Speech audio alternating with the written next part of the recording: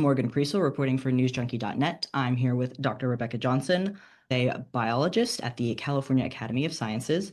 She directs Cal Academy's Thriving California initiative and the Center for Biodiversity and Community Science. How are you doing today, Rebecca?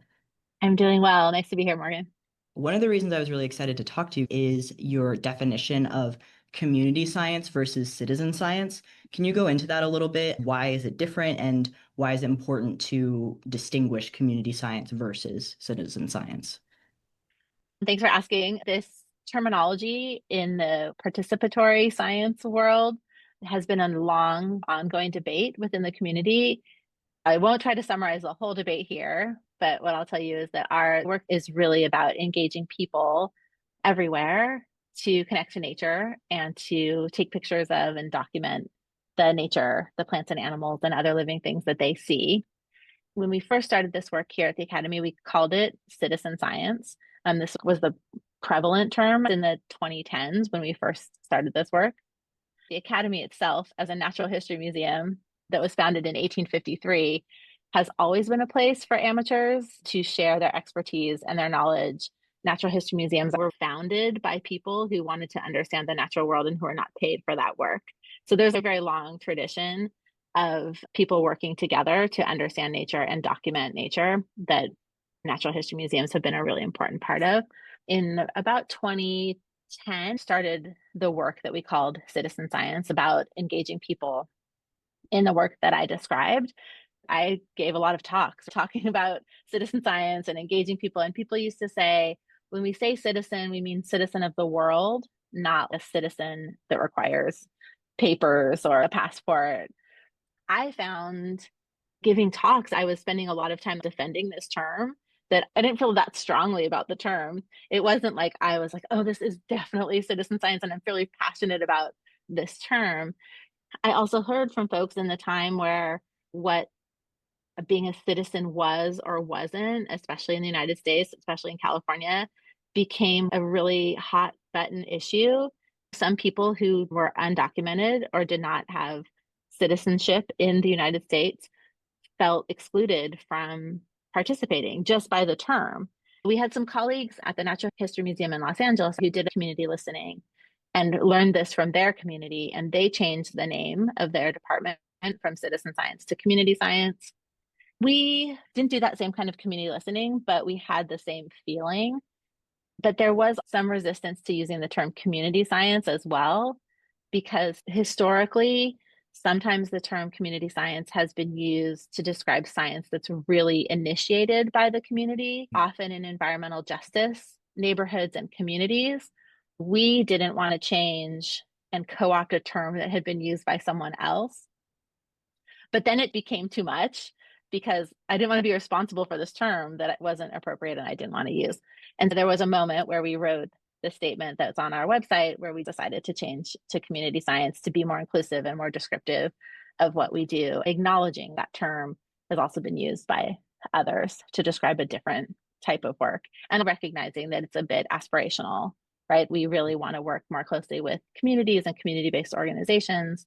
And we have done that work since we changed the name, but it feels more inclusive and more reflective of the kind of work that we try to do in our department. Gotcha. You have a point on the webpage where you describe community science as where community members identify a problem, Yeah. often affecting the health or well-being of their community, and then collect the data needed to show the impacts of the problem, Yeah. which I think is interesting. But you were saying, is that kind of the approach that other projects have done, and you guys are more aspiring to this? Other folks do that. There is a whole world where communities have a problem and they work toward developing the science and possibly partner with paid scientists to answer their questions. For us, we do a mix. We have a set of tools and a set of expertise around biodiversity, nature, where plants and animals are found, and how that's changing. That is our expertise. So we work with community to gather those data to help answer questions that we might have. We try our best when we're working closely with community to work with them to think about how that same type of data could help answer questions that they have. If someone came to us and was like, I have this question about a plant in my neighborhood or my community, we could work together to do the kind of work that we do and do science together. If a community has a question about air quality, I'm not the expert in air quality, so I wouldn't be the one to answer that question. If a Mhm. community came to me with an air quality question, I probably would be like, hey, here are some other people that might be able to answer this question better. So we're not at the service of any community question. We try to work together and partner with community-based organizations, with governmental organizations, especially here in the state of California, with local organizations to collect biodiversity data. So as long as it's in that biodiversity sphere, we work more in that way. Gotcha. Okay. So you guys are coming in with the questions you want to research and taking it to people who share your same concern, working together. Yeah, Gotcha. for sure. And sometimes the question is what plants and animals are here, right? So Mm, sometimes it's as simple as that. It's not like how are things changing? It's just I don't know what plants and animals are here. And I want to know that because I want to understand biodiversity of my place. Or it might be that there's a community that's I think I've noticed some change and I want to be able to document this and I want to be able to engage people in documenting change. okay.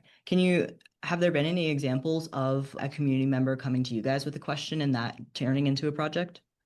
It's a really good question. Often it's a funny mix. We've talked a lot about the data side of our work, but a lot of our work is helping connect or reconnect or rekindle people's connection to nature because the kind of data we collect is about observing and noticing and taking pictures of plants and animals and other living things.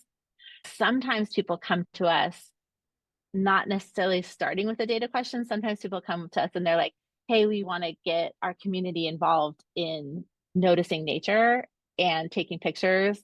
And we want to help people feel more connected to nature. And this is a nice way for people to learn more about the nature around them and collect data at the same time.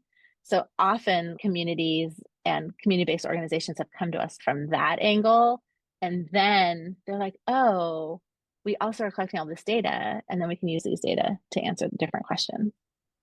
Gotcha. So we're more on phase one of that, which is we're not connected enough. We don't know enough to be able to have these questions.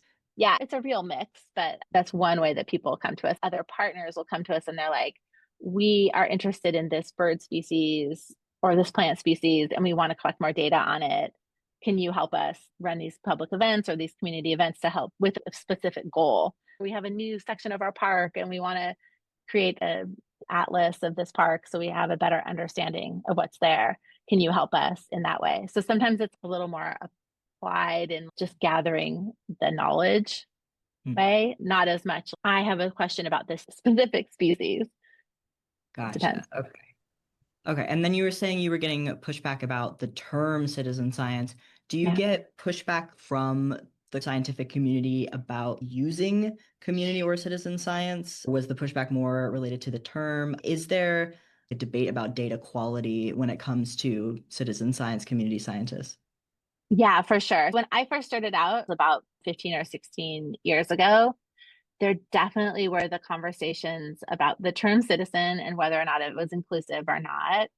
The thing was is that the more citizen or community science, then the more uptake there was or knowledge there was of it, the more new communities you brought into the conversation. Then you had to have that citizen conversation every single time someone new came in. It started, that was one factor that I definitely saw happen a lot. And then there was pushback about data quality around data collected by people who aren't scientists. I think there are different ways to gather data with people. And the way we do our work is we use an app and a platform called iNaturalist that requires evidence. You're taking a picture or using a sound. And so there's evidence of what you've seen. I've seen pushback even to those kinds of data, but there is evidence. So if someone disagrees that you saw a California scrub jay and you labeled it incorrectly, then they can look at the picture and they can change it. And that's the thing about iNaturalist data is that there's evidence and that the identifications are dynamic and the community works to improve the identifications. So the identifications are also part of that community conversation and community work, not just the sharing of the data. So it's not like I made a list of birds and I showed it to you and I'm saying, trust me, I swear I saw those birds. So I think the trust issue it's a little easier to dispel or show people that there's evidence behind all of the data that we're using. Doesn't mean they're perfect. You should always curate any data that you use, but as the experts who might be using those data, you have the power to help curate those data and make them better for everyone. And as you're learning how to identify, you're becoming a better community scientist, you're spreading that knowledge along the group. So it adds on. When we first started using iNaturalist, you took a picture, you made a best guess of what you saw, you made your hypothesis, this is what I saw, and then the community would help improve that identification. Now on iNaturalist, there's a machine learning algorithm that makes suggestions of what you saw. So most people start with a machine learning suggestion that's based on iNaturalist images and your location. But then the community of real people still has to approve or discuss or verify or not that identification. Is it you guys who are verifying it, or is it open to It's the anybody? whole community. It's open to anyone. So there's not within the iNaturalist platform, there's not like a preference given to someone who has PhD behind their name. It's just anyone can make identifications. And generally, the community of identifiers is extremely knowledgeable and very dedicated to identifying and do a pretty fabulous job of identifying. And it's crowdsourced, right? So if there's a disagreement, that rises and people discuss it and identifications can change. That's really interesting. Yeah, people love those sorts of puzzles that they can do together. It reminds me of like a Reddit community or something like that. Totally. So I can see the passion why people would care about really getting it right. But I can also see you were saying that there's still some pushback on the use of iNaturalist. Is Yeah. that why scientists push back because anybody can verify? It would not maybe surprise you that some scientists are like, why should anyone get to identify? They're like, I'm the expert, like I should identify. But anyone can identify. So as a scientist who uses those data, like before I use them, especially like specific instances, but for very specific data, like I would make sure and go through and try to identify things and make sure that they're consistent and flag any problems that I would see. Any scientist who would want to use those data can do that because it's open to everyone. One of the things that can be hard is you might have a specific expertise and then people might disagree with you online. I've had colleagues who are like, I described that species. Like, I know that this is what it is, and someone's arguing with them. You can't stop them because it is a community, right? It is an online community. You can't say, no, this is the final say. And so that can be a little bit Mm. frustrating. Overall, there are hundreds of millions of observations that have been made and shared. And the value of those observations for science is the combination of the people who have made those observations, who are all over the world making these observations, and the people that have identified them. And it's amazing that it's these people working together who might not ever meet or see each other, but are collectively making the most important biodiversity data set we have of current biodiversity. Why is it the most important? It's the biggest, right? Okay. So I'm a natural history museum scientist, so I love natural history museum collection data, and they're critically important.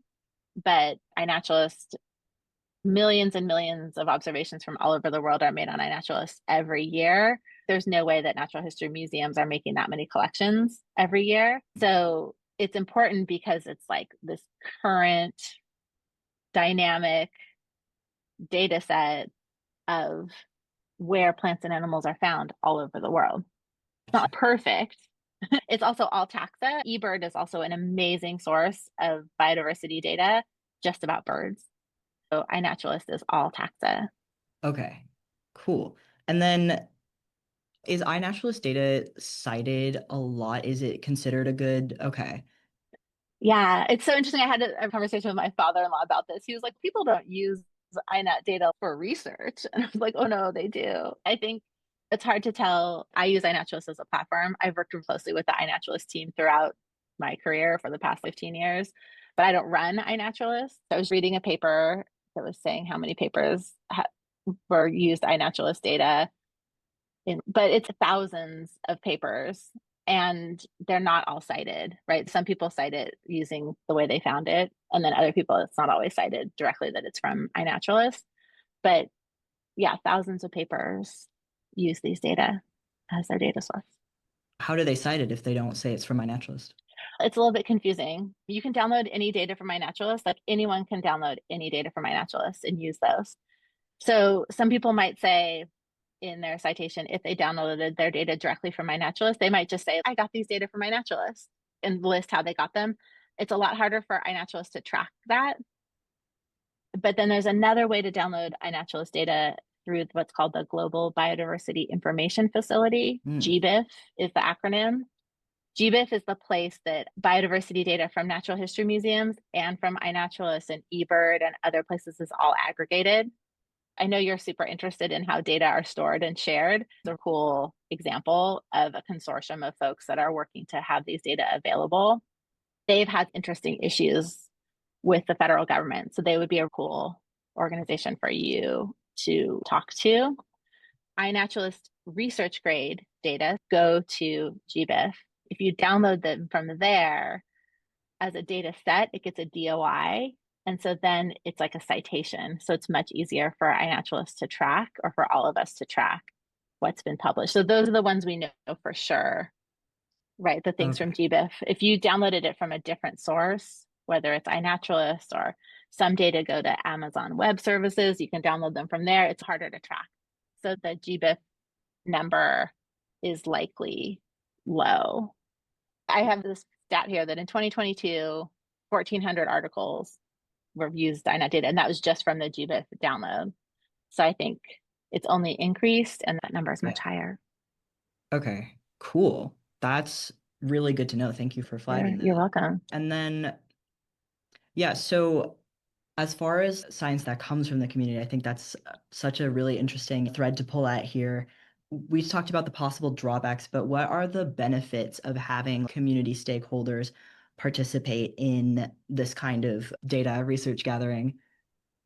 I think there's so many. Even if someone is out in nature and walking to their car, wherever they are, and sees a butterfly and takes a picture, there's so many different parts of that experience that are super cool, right? You notice something, take a picture, share it on iNaturalist, you learn what it is because the machine algorithm makes the suggestion, and other people improve that identification, verify that identification. So now you're part of a community talking about this butterfly that you saw on your walk home.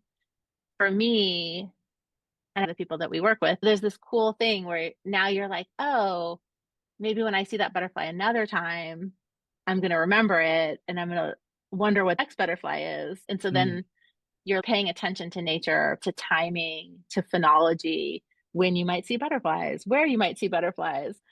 There's this part that's connecting and understanding nature just from one experience and being part of a community that cares about this and is helping you identify.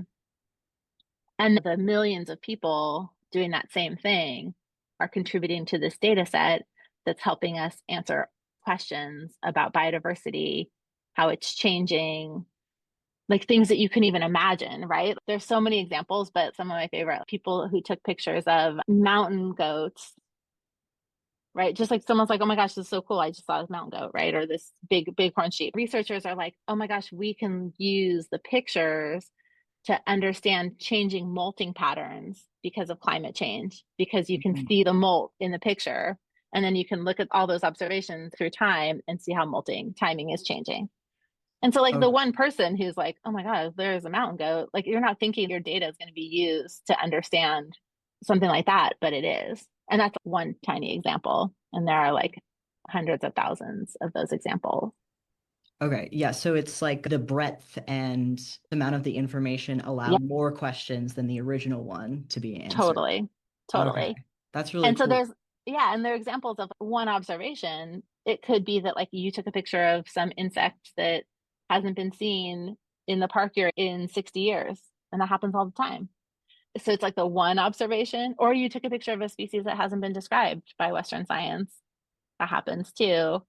So it's a combination of like the individual value and the value to you as a person who took that picture, the like connection, and then the like all of it together, a whole other kind of value. So you're saying you think there's more publications that have cited citizens, community science. Do you think there are more people participating as well? So those numbers I shared were just for my naturalist, right? If you wanted to look at all of the publications using citizen or community science, it's probably, I don't want to guess, but it's thousands of papers, right? eBird data is another big distributed data set, but then lots of individual researchers and organizations have their own smaller community or citizen science projects that they publish on. I definitely think it's growing.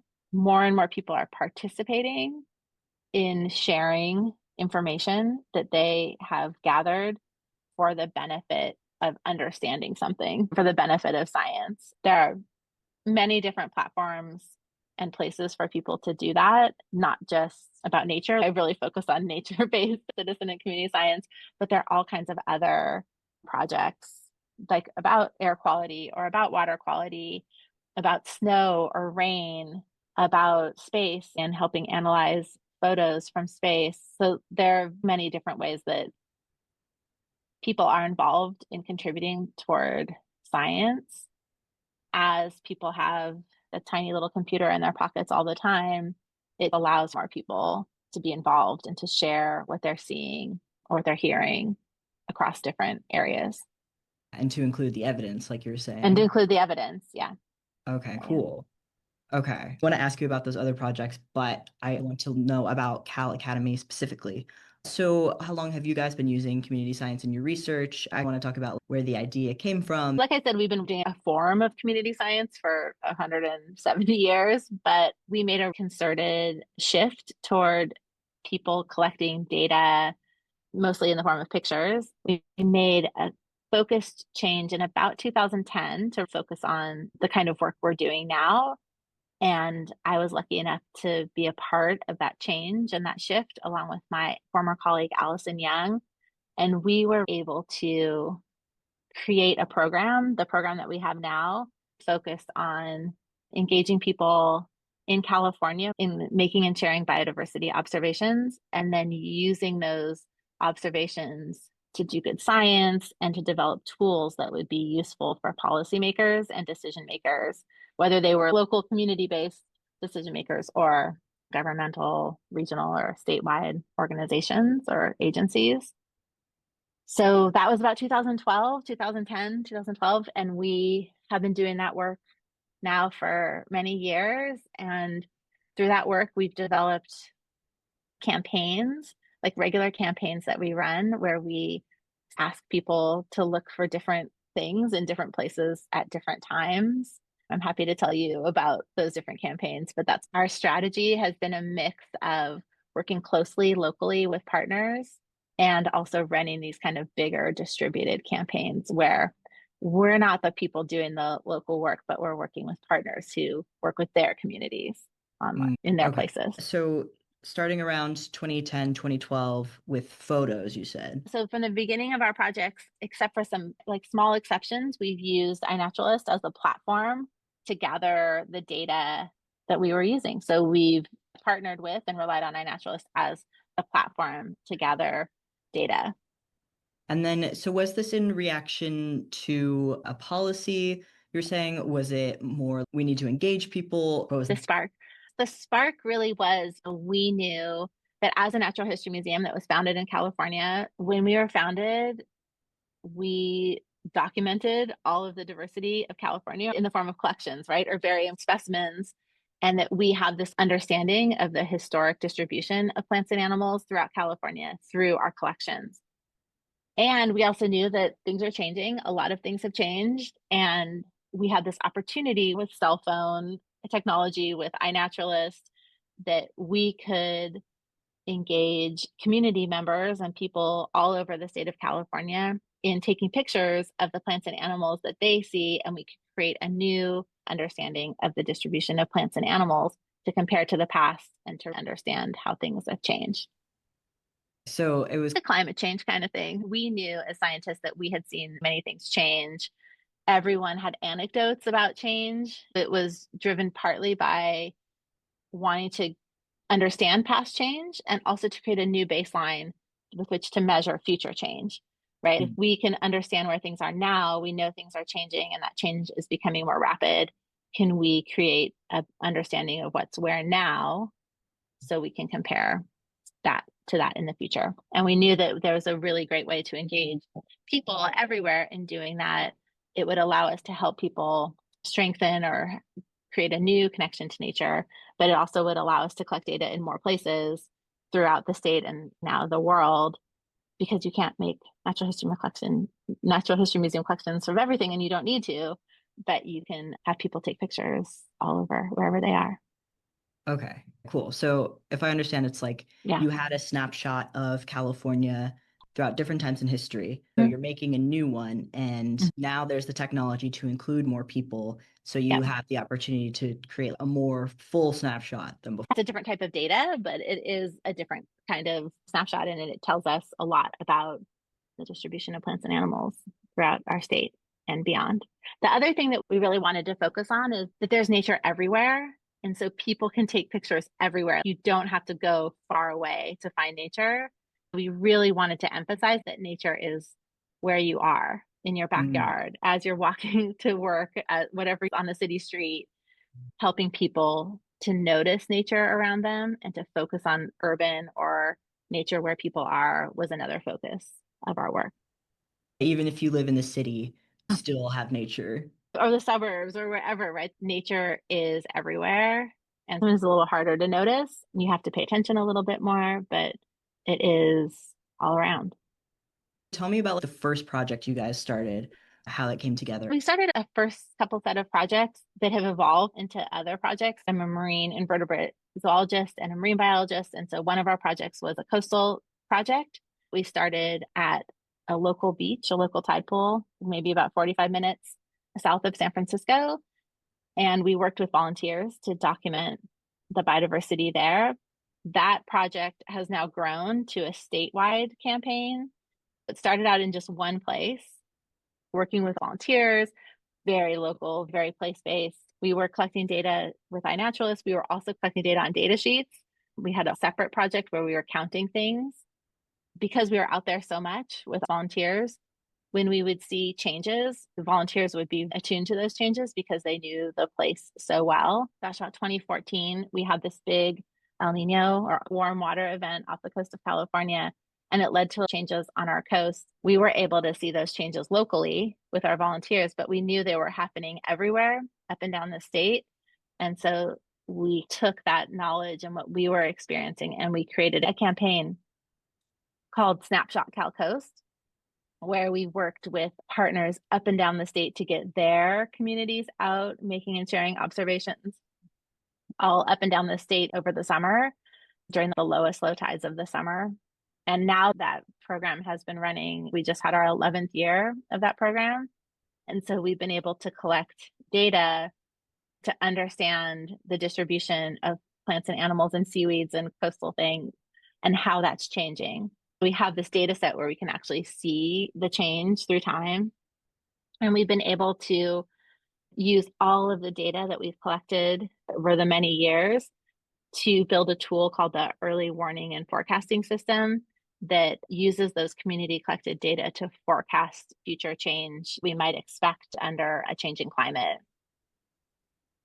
So it started as this very small thing, and now it's become this pretty large thing. And the core of that project is we don't work with people directly everywhere, but we work with partners who get their community out to take pictures in the tide pools. We send them stickers and postcards and posters. But I'm not going out in the field with people in San Diego, but I'm going out in the field with people here, and we travel a little bit, but we really work with partners to engage their folks in the places that they're most connected to.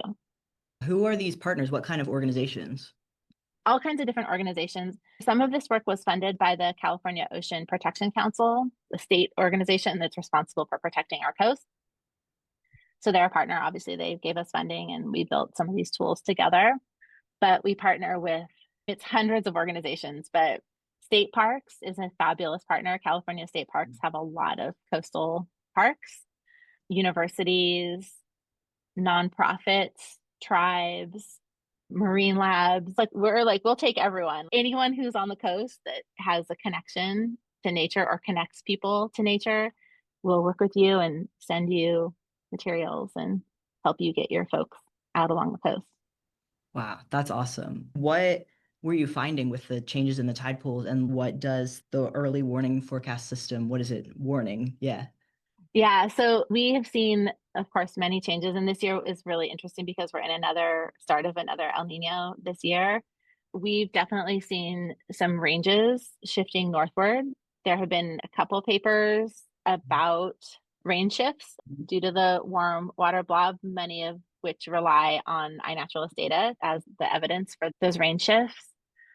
We've seen this happened right before. One of the reasons we started this program was there were some really big changes that I was describing. There was something called sea star wasting disease that killed like 95% of the sea stars or starfish off the California coast in about 2014. Many of those species have recovered, and we've been able to track and see that recovery, but there are some species who have not recovered. And so we have been tracking some of that. We started another mini campaign called the Solstice Sea Star Search, where people look for starfish in June and December around the solstices to try Oh, to look for all starfish, but especially this one star, this really big, beautiful sunflower star that was really hard hit by the sea star wasting. We've been able to engage people directly with it. The early warning and forecasting system takes the data that we've collected along with models of future climate, and it projects where it thinks you'll be more likely to see these species. It goes through hundreds of species. It's wow. hard to say which ones, but you can see shifts. One of the big drivers of change, it can also predict, can tell you the drivers. And some of those drivers are temperature and salinity and pH, but also photosynthesis, right? So how much things will photosynthesize and the availability of, so photosynthesis and how that might change under a changing climate is Mm, another big predictor. I should pull it up and I should look at some of the species, but it's a yeah. really just like an incredible tool to be able to look at species that you might care about. And so for some of our management partners who are managing these species, they can look at species that they might care about and look at the projected changes. I study sea slugs or nudibranchs. That's my expertise. And they're very good indicators of short-term change. They have a planktonic larval form and it can move really quickly as things change. They have very specific food sources. There's a really good indicator and you can use them to understand change. But the cool for me, it's like you can spend hours looking at this tool and looking at how things might change. And then it's very cool to know that all those data are collected by individual people who are out there making observations. In some cases, an increase in jellyfish, which is predicted under a changing climate, and some snails and things like that. But Awesome. yeah, Wow. Yeah, quite a lot of information. That's really cool. it's a lot of info. Sometimes it's hard because it's hard to distill a bunch of info into a short answer. That is always the problem. It's always Um, hard, right? do you use the iNaturalist data for your specific research on sea slugs? We just launched this year a new campaign that is a sea slug search. So just looking for sea slugs in the month of May. Of course, people collect sea slug data all year long. People love nudibranchs and sea slugs. They're real hot on social media right now. They're TikTok and Instagram stars. It was a really nice time to think about engaging the folks that already love nudibranchs or sea slugs in a campaign. It was really fun, and I will be using those data for some research. We're working together. We did a combination of using iNaturalist to collect data, and we also did a different kind of resurvey where people did counts of sea slugs or nudibranchs. And those data we can compare to some historical surveys that we have that were taken in the same way. So Mm, we'll be analyzing those data. We just did it this May for the first time. So we'll be analyzing those data shortly to see if we can identify the changes through time. And that was done also with volunteers. So we had 25 site leaders who gathered crews of people to do this work. Although I'll be leading that research along with folks on my team, it's research we all did together. So hopefully we'll all be authors on any publication that comes out of that work. But it was really fun.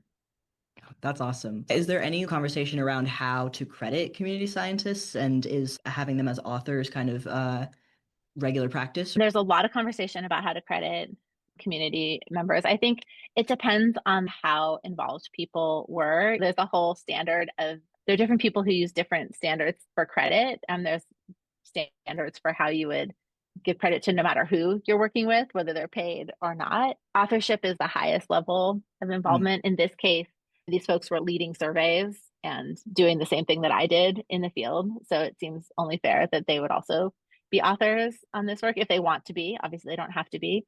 I think thanking people and listing their names or their handles, their usernames, is critically important to recognize the contributions that people have made. You can also let people know that their observations were used in your data or your publications, which is always good practice. Some people are very good at thanking and crediting people for their data above and beyond what you have to. Some people are not as good, and they'll say, we got these data from my naturalist, which wipes out the people that made the Mm. observations. I always try to give as much credit to the people that made the observations as possible. Feeding back into the community that makes them want to go out and do more science. Exactly, for sure. And so the survey leaders, the volunteers, what is their Yeah. background? Coming from science academia or other kinds of jobs? Who are they? There's a huge mix of people. I started with, of course, a bunch of people. There are these folks that have done these surveys for the past 40, 50, 60, 70, 60 years. Some of the folks have been involved in doing surveys or did them in the 60s and 70s. So I reached out to them first. Some of them are professors or curators or retired professors or curators. And some of them were high school teachers or had other kinds of careers, but were really the experts in collecting these data. I also reached out to colleagues like Natural History Museum scientists and sea slug and mollusk experts. I reached out to all of the people that are identifiers on iNaturalist who have done this incredible amount of work identifying nudibranchs and sea slugs on iNaturalist in California. Reached out to them because they have a lot of incredible expertise. Some of them are the most prolific identifiers and can identify any nudibranch you put in front of them in California.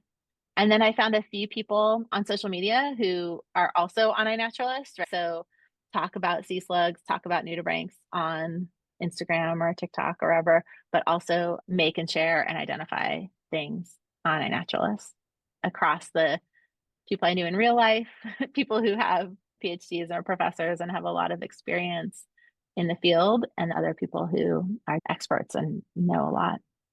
Wow, that's interesting. You're looking for experts, but not necessarily designated by academia experts. Yeah, we were looking for people who could go out in the field, identify nudibranchs in the field, and are great at finding and identifying nudibranchs. That's really what you had to be able to do. Whether you're like a database manager or a teacher or a student or a nurse or whatever your job is, like if you have the expertise and you can get along with people and work on a team, like those are the most important things. That's awesome. I like the recognizing expertise no matter where it comes from. Yeah.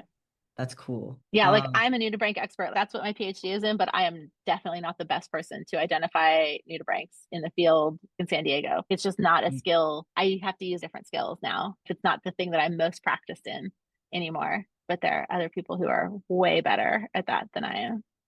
Wow. Yeah, your day-to-day experience and practice is more what gives you the expertise at the end of the Yeah, day. And that's good to remember. it is good to remember.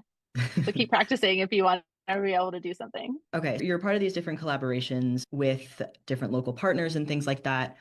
What would be your advice to people looking to replicate this system for trying to solve a problem in their own community? Like, for example, I have family that lives in near Seal Beach, and the wetlands near Seal Beach had the huge restoration project pretty recently, and my family members have been seeing a lot more birds of prey. So if somebody was maybe like, "Hey, how many birds of prey are over here, and is it related to the wetland restoration?" Something like that, how would you recommend them forming a community science project to find it? If it's a bird project, I think there probably are eBird data that would answer this question for you because birders are amazing and they spend a lot of time outside and they make these lists. They go to a certain place and they count all the birds they see and make a list of it. And then you can compare those lists over time. The first thing you could do is look at the eBird list from your area and you could see if there was an increase in raptors and birds of prey pre and post restoration. So Mm. that would be like, you could just look at the data. So that's kind of understanding how to find those data and how to look at them. But that would be the first place that I would look. And like we were saying about community members who are interested, is like you can get out there and document all the plants, take pictures of plants and look at what else is using those plants, like the insects. Do a daily walk or a weekly walk and take pictures of all the insects that you see, not every individual, but maybe every species. See how that changes through time. That might be easier than understanding the birds, and other people are probably already looking at the birds. And then you could think about how the changing plant diversity has led to changing insect diversity that maybe has led to changing bird diversity that you're seeing. You also could probably look in this case, like maybe the restoration has led to changing depth of water and changing circulation of the water through the wetland, bringing more fish into the wetlands. So I think there are a few other things that you could document. Sometimes it's really hard though to figure out how to do it. So if I lived close to somewhere like that, I might go to the local nature center or places that people might be paying attention to this and see if they have any projects that are going on and ask them, because they might know the place better and they might know other research that's already happening. And there might be ways for people to get involved in research that people are already doing. I like that a lot. You may not be able to gather the information for your direct question, but by looking at bugs, you're also contributing to the picture. You could also get really good at identifying raptors, take pictures of all the raptors or document them, or find your local birding, maybe your local bird alliance, and see if they're noticing it and go out and learn how to watch birds. And then you meet a bunch of people who would probably know a little bit and might have seen the same phenomenon that you're observing. You mentioned that there were projects about air quality, there are space stuff going on. Would you be able to tell me the names of any of those? And Oh, sure. There's a platform called the Zooniverse. It's an online platform where people can work to score or look at different images, and you can look at different galaxies and the shape of them and all kinds of different image analysis projects across everything. It's an amazing diversity of projects. So if people want to do something on their screen, that's a really good place to go. Zooniverse does amazing things. It has an amazing platform and an amazing community. There's a snow and ice project that I think is called Cocoa Rods that is California, probably not the best, or at least coastal California, not the best place because it's monitoring snow and ice through time and clouds. There are a couple cloud projects too. There is an amazing platform called Sci Starter, like SCI Starter, and that's a Mhm. place that you can find participatory science projects in your area. You can also just Google. You can say citizen science or community science projects in, and then put your community of choice, and you can find local projects. Air quality, I'm not sure exactly. Those are usually a little more locally driven, where people work together to put up sensors to Mhm. monitor air quality. But sometimes those are driven by local nonprofits. I can't think of a big national one or big overall one. Okay. Gotcha. That's really cool. That is because I was wondering, okay, maybe a limitation of this is that this is really limited to animals and plants. People get really Yeah, excited about animals is totally. maybe not as feasible for other big federal data sets like EPA and other data sets like that. But that's Yeah. interesting that there's an air quality one. Um, Yeah, and I think a lot of people, there are also lots of stream monitoring, like local stream monitoring projects that have historically worked closely with the EPA and with other agencies to collect those data. But I think if people, it's the best way is to just think about who's taking care of and who might be monitoring their local stream, and then find out locally who is doing that work. There's a thing called the Alert Network, like volunteer stream monitors. Look it up. But okay, the alert network. I think they have different alert networks, but Okay.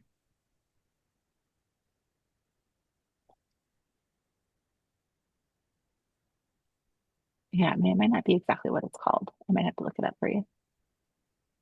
Okay. And you said that these local groups were working with the EPA already. I feel you think of federal data as the authority, it's objective, but maybe these local feeders into it have been erased. And in this panic of we're losing all this federal data, we're ignoring where it came from in the first. Yeah, I wish I knew more in detail, but I know for sure that a lot of the data, different types of data that people have been collecting over organized citizen and community science over many years are in partnership with the federal government, whether it's the USGS or EPA or whoever else. I work closely with mostly the California state government. And so we have really strong partnerships that have not been changed.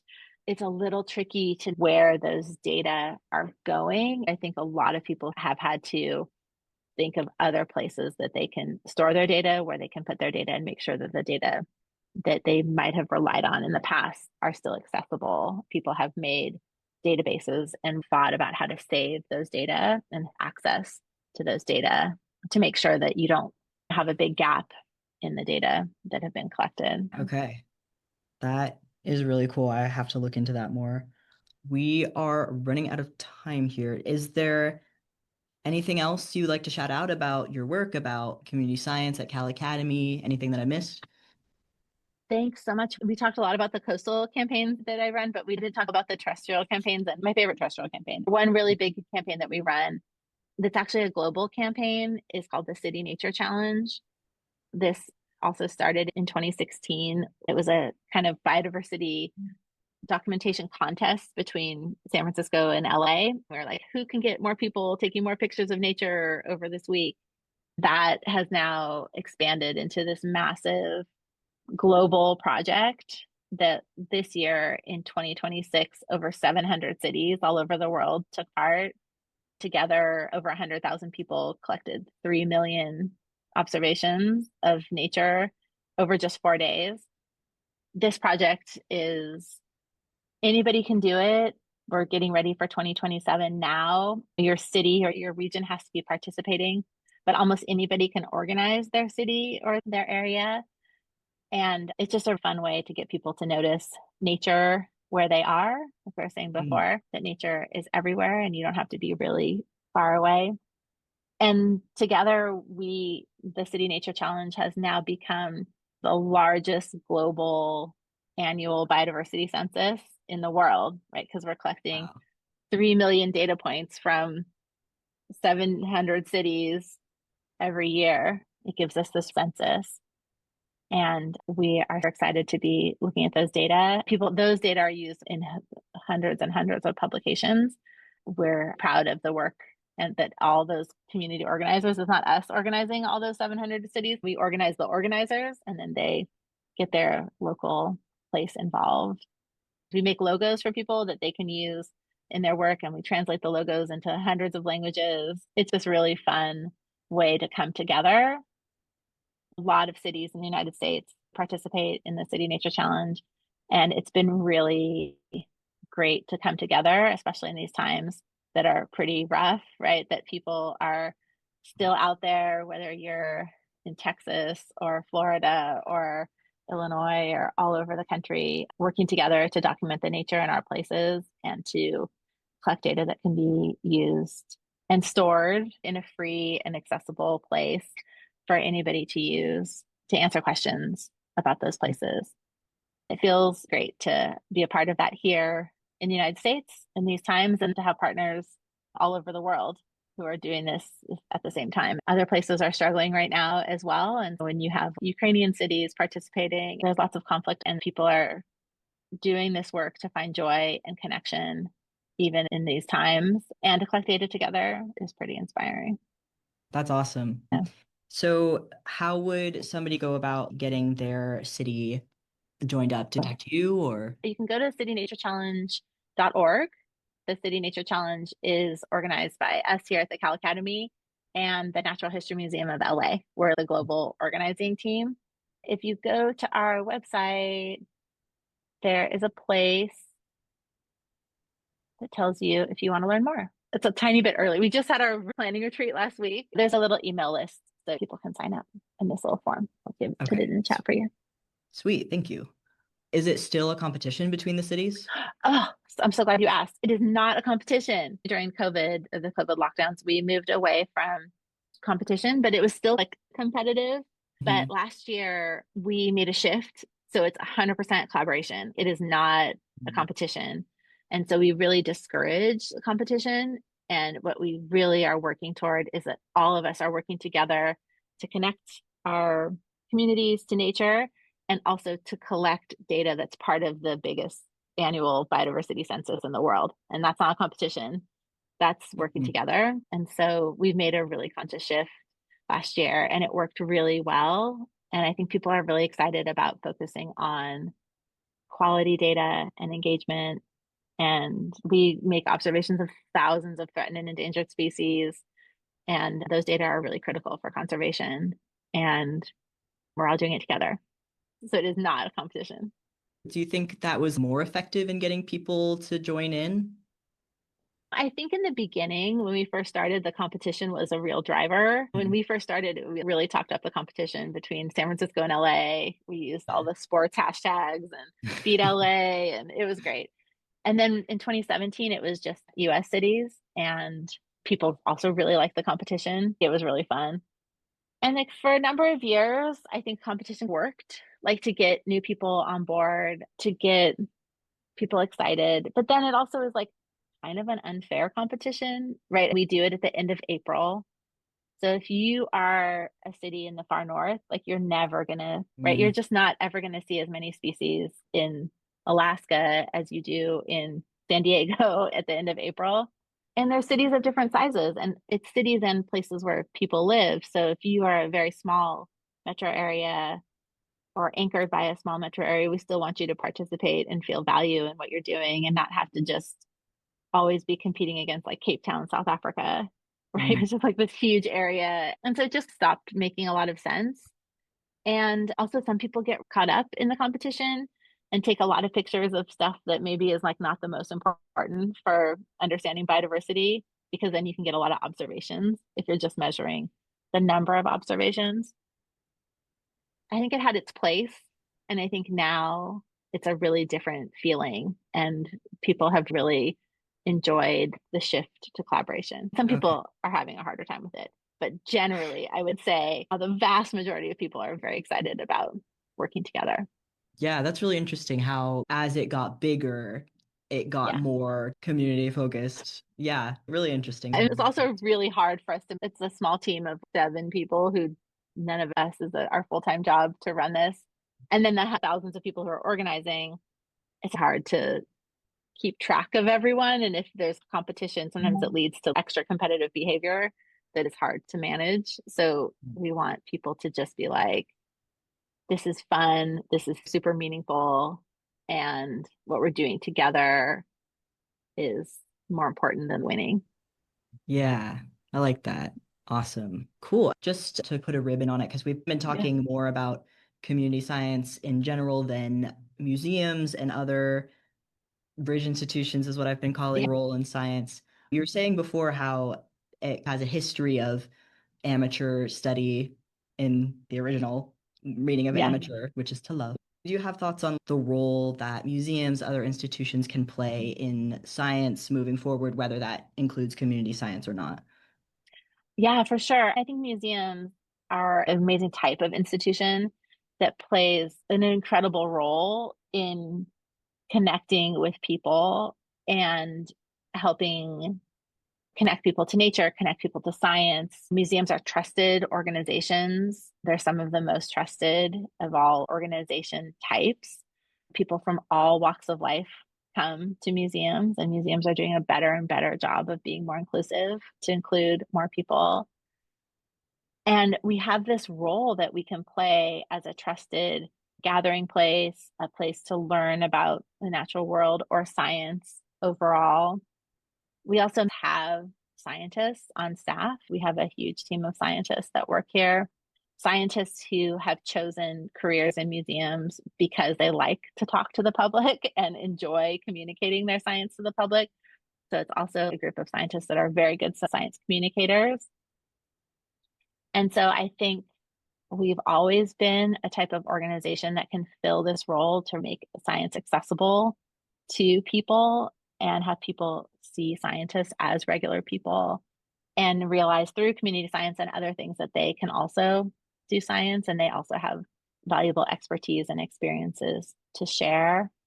I think now more than ever, museums are places that people can come and discuss and learn and contribute their expertise.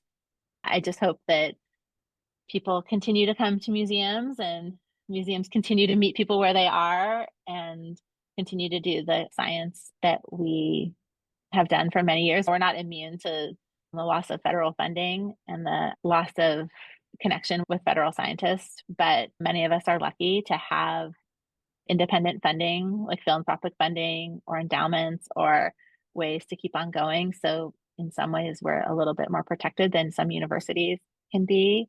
In the end, we are beholden to the public. So if we work closely with the public and continue to tell stories and bring people in and create spaces that people feel included and hear their voices and that their expertise and their experiences are valued, I think we will continue to be spaces where we can do good science and hopefully do it together with people.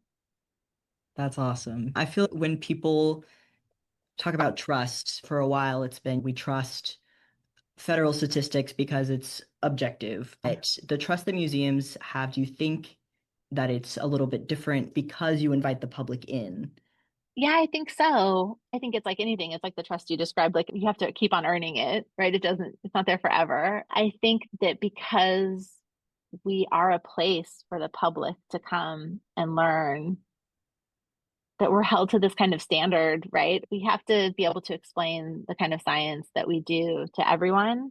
And so that makes us more accessible. And we have to also be responsive. But at the same time, we're not changing our science to be responsive. There are truths in the world. I think open to hearing about people's experiences and creating these moments of awe and wonder and joy so people can share that experience.